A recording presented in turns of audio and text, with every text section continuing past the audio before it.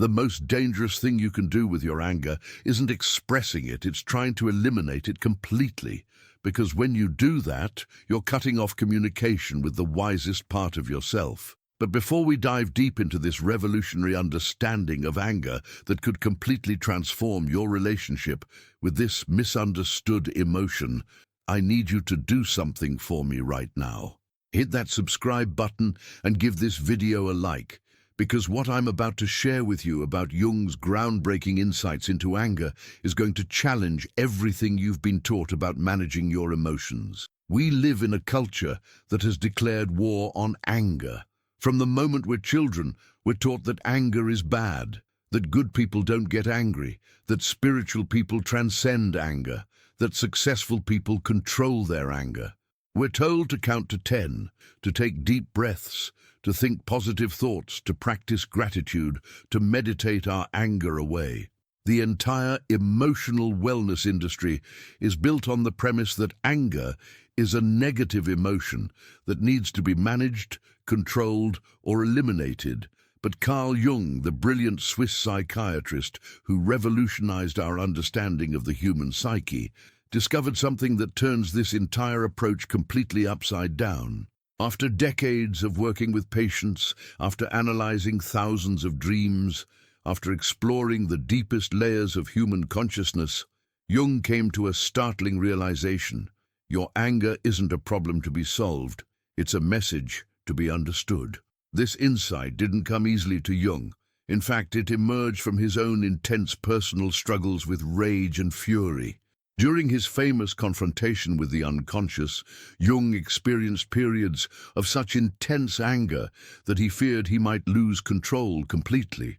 But instead of trying to suppress these feelings, instead of medicating them away or meditating them into submission, Jung did something revolutionary. He listened to what his anger was trying to tell him. What he discovered changed everything. Jung realized that anger isn't just a random emotional explosion. It's not just your nervous system going haywire. It's not just a sign that you need better coping mechanisms or anger management classes. Anger is actually one of the most sophisticated communication systems your psyche possesses. It's your inner wisdom trying to get your attention about something that's threatening your authentic self. Think about this for a moment. When do you actually get angry? Really angry, not just mildly irritated or frustrated, but genuinely furious. You get angry when something violates your sense of what's right, when someone crosses a boundary you didn't even know you had, when you're being forced to betray some essential part of yourself, when your integrity is being compromised in ways you might not even consciously recognize. Your anger is your psyche's alarm system. It's the part of you that refuses to accept what's unacceptable. It's the guardian of your authentic self, standing watch against anything that would diminish, manipulate, or destroy who you really are. When you try to eliminate this system, you're essentially removing your psychological immune system. Jung understood that anger serves a crucial function in what he called the individuation process. The journey toward becoming a whole, integrated human being. Anger is often the first sign that you're living in a way that's not aligned with your true nature. It's yourself, with a capital S, Jung's term for the deepest, most authentic part of your being, trying to communicate that something in your life needs to change. But here's where most people get confused. They think that because anger feels uncomfortable, because it creates tension and conflict, it must be negative. They think that spiritual growth means transcending anger, that emotional maturity means never getting upset, that being a good person means being perpetually calm and peaceful. This is one of the most dangerous misconceptions in modern psychology and spirituality. When you suppress your anger, when you refuse to listen to what it's telling you, you don't become more spiritual or emotionally mature. You become more vulnerable to manipulation, more likely to accept unacceptable situations, more prone to depression and anxiety, and more disconnected from your authentic self. Jung called this the shadow side of niceness. He observed that people who pride themselves on never getting angry often become passive-aggressive, resentful, and bitter. They develop what he called a negative inflation, where they feel superior to others because of their supposed emotional control, but underneath they're seething with unexpressed rage that poisons their relationships and their inner peace. Let me give you a concrete example that might help you understand this better. Imagine you're in a relationship where your partner constantly interrupts you, dismisses your opinions, and makes decisions without consulting you. If you've been taught that anger is bad, you might tell yourself that you should be more understanding, more patient, more loving. You might try to meditate away your irritation or practice gratitude for the good things in the relationship. But your anger in this situation isn't a character flaw that needs to be fixed. It's your psyche's way of telling you that your fundamental need for respect and equality is being violated. It's your inner wisdom recognizing that this dynamic is harmful to your psychological well-being and your sense of self-worth. When you suppress this anger, you're essentially telling yourself that your needs don't matter, that your dignity isn't important, that you should accept treatment that diminishes you. This is what Jung meant when he said that the most dangerous people are often those who never get angry. Not because they might explode, but because they've lost touch with their own boundaries, their own values, their own sense of what's acceptable and what isn't. They've become so focused on being good and nice and spiritual that they've abandoned their responsibility to protect their authentic self. But understanding anger as a message doesn't mean acting out every angry impulse. It doesn't mean screaming at people or throwing tantrums or being destructive. Jung made a crucial distinction between experiencing anger and expressing anger. You can feel your anger fully, listen to what it's telling you, and then choose how to respond in a way that honors both the message and your relationships. This is where Jung's concept of holding the tension comes in. Instead of immediately trying to get rid of your anger or immediately acting on it, you learn to sit with it, to be curious about it, to explore what it's revealing about your situation and your needs. You ask questions like, what boundary is being crossed here? What value of mine is being violated? What part of my authentic self is being threatened? What change does this anger want me to make?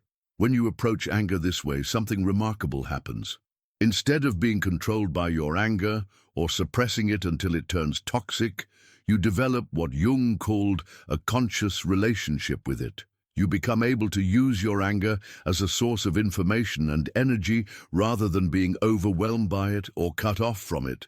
But this requires a fundamental shift in how you think about emotions in general. Most people have been taught to categorize emotions as positive or negative, good or bad. Jung understood that emotions aren't moral categories, they're information systems. They're your psyche's way of helping you navigate the world and make decisions that support your psychological well-being and authentic development. Your anger, when properly understood, becomes one of your most valuable allies in the journey toward wholeness.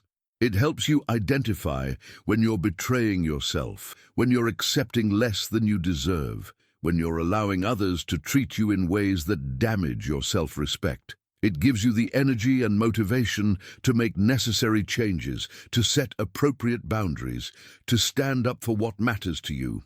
Think about the people in history who created positive change in the world. Were they people who never got angry? Absolutely not. They were people who felt deep anger about injustice, inequality, and suffering, and who channeled that anger into constructive action. Their anger wasn't destructive, it was creative. It was the fuel that powered their commitment to making things better. This is what Jung meant when he talked about the transcendent function of emotions. When you neither suppress your anger nor act it out unconsciously, when you hold it consciously and listen to its message, it transforms from a potentially destructive force into a creative one.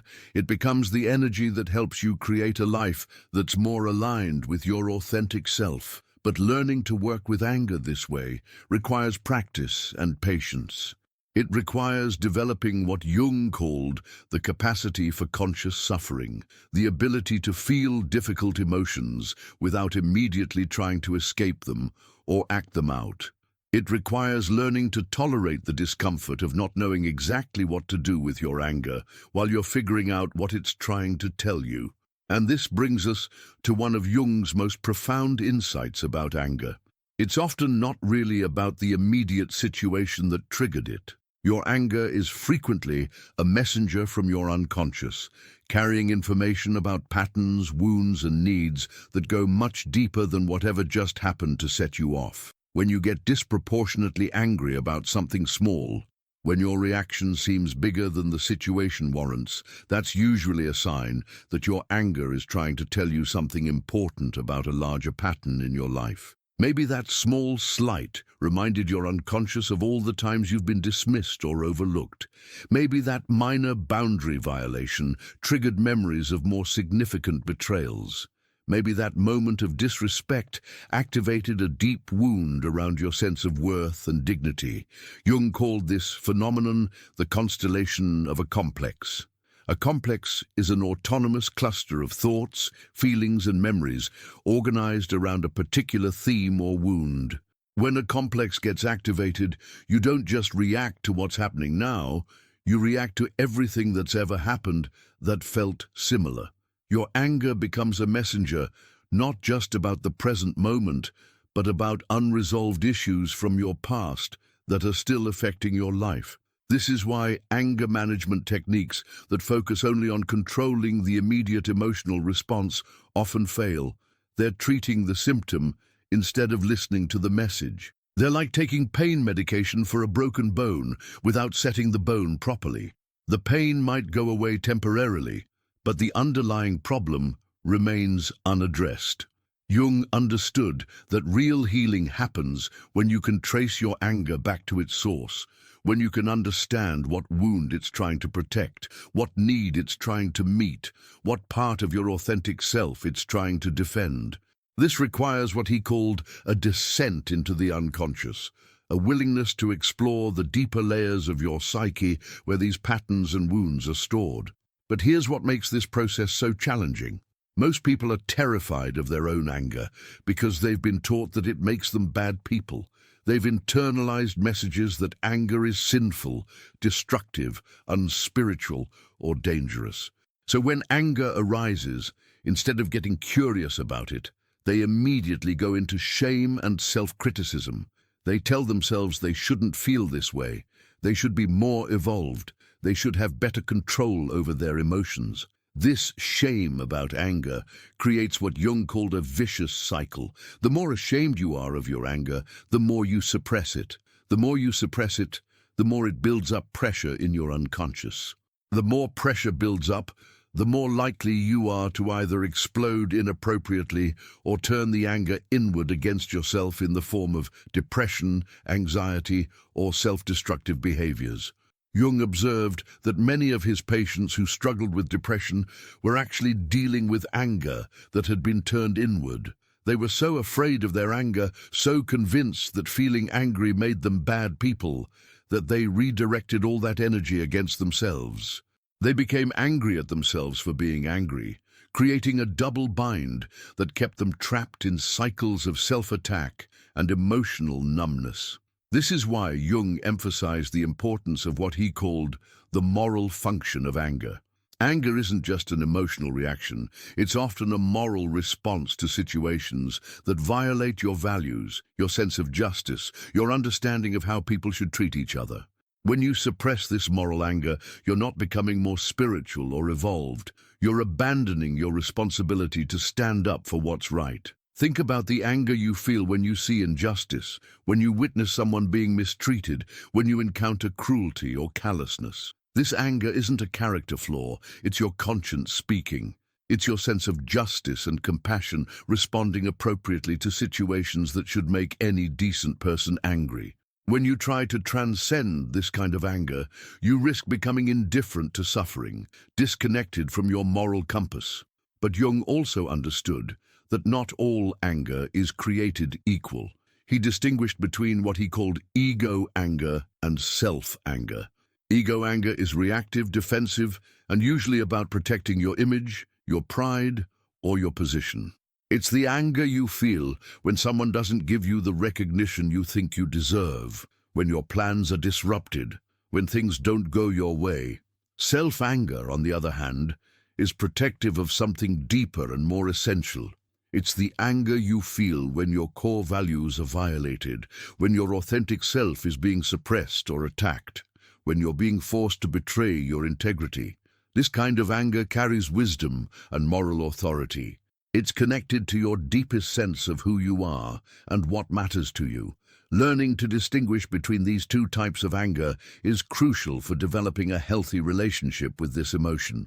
Ego anger often needs to be examined and sometimes released, but self-anger usually needs to be honored and acted upon. The key is developing the self-awareness to know which type you're experiencing.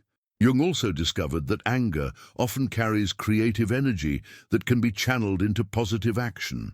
When you feel angry about something that matters to you, that anger can become the fuel for creating change, for setting boundaries, for standing up for yourself and others, for pursuing goals that align with your values.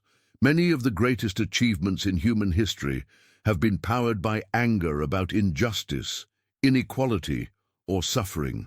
But to access this creative potential of anger, you have to be willing to feel it fully without immediately trying to get rid of it or act it out.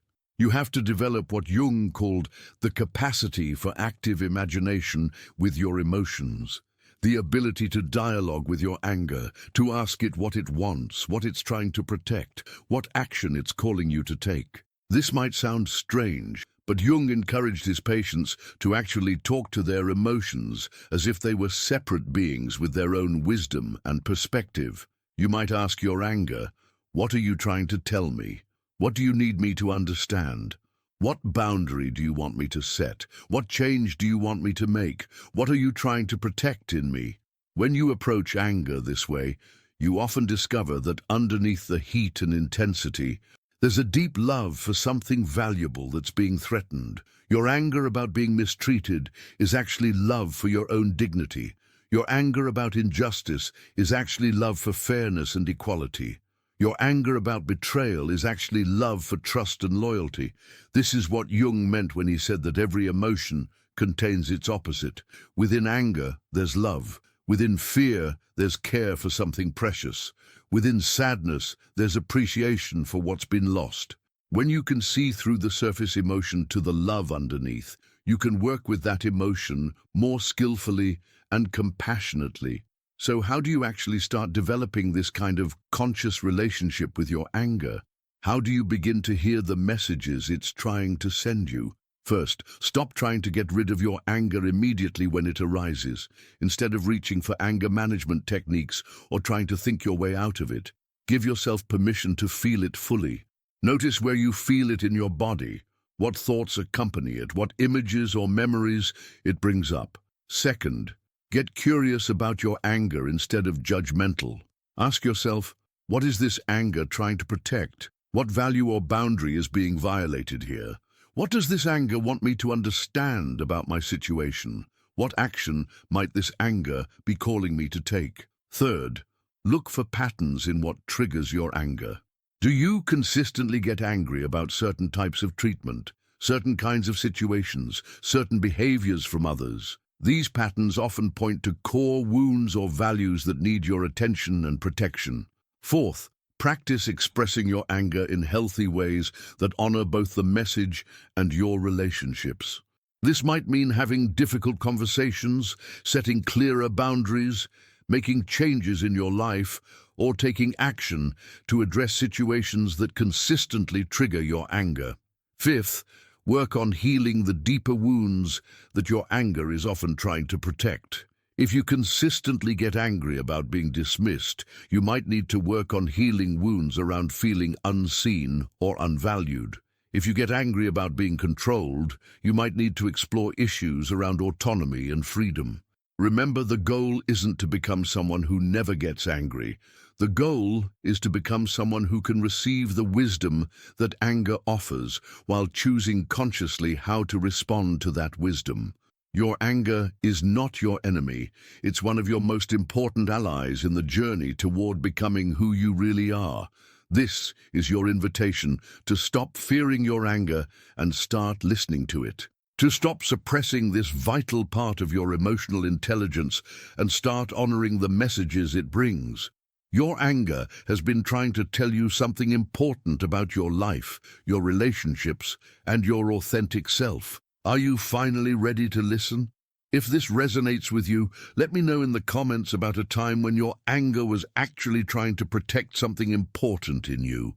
And don't forget to subscribe for more insights into Jung's revolutionary understanding of human emotions. Because learning to work with your psyche instead of against it is the key to living an authentic and fulfilling life.